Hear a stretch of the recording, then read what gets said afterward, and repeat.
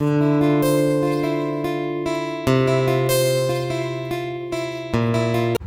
Hello नमस्कार, कशा आहात तुम्ही? मी सारिका तुमचं सगळ्यांचं अगदी मनापासून स्वागत करते आपल्या एका नवीन व्हिडिओमध्ये.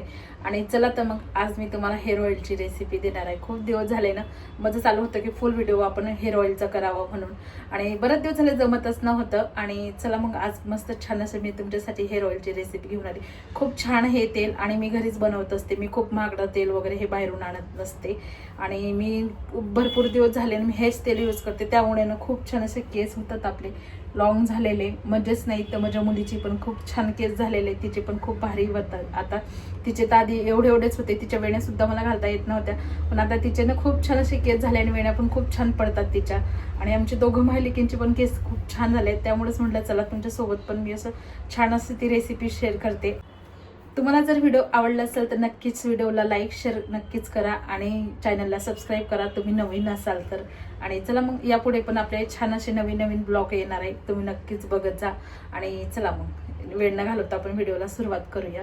सगळ्यात आधी तुम्ही इथे गॅस पेटवून आहे ना लोखंडाची कढई ठेवून घेतलेली आहे. आणि मी लोखंडाचीच कढई नेहमीने यूज करत असते हेअर ऑइलसाठी पण आणि मेहंदी भिजवण्यासाठी पण. ही स्पेशली मी त्यासाठीच घेतलेली.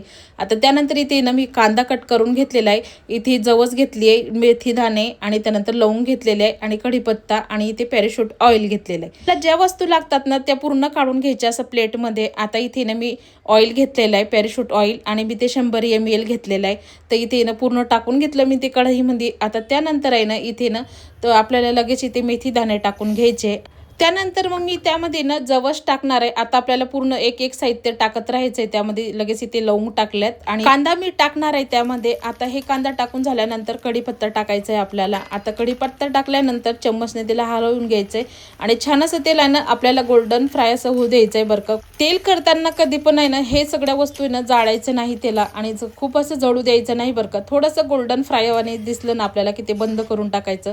त्यानंतर मग त्याला थंड होऊ द्यायचं पूर्णपणे. मस्त थंड झाल्यानंतरच मग ते आपल्याला गाळायचं असतं. आणि हे राहिलंय ना अजिबात असं म्हणजे मार्केटमधून आपण काहीच आणलेलं नसतंय.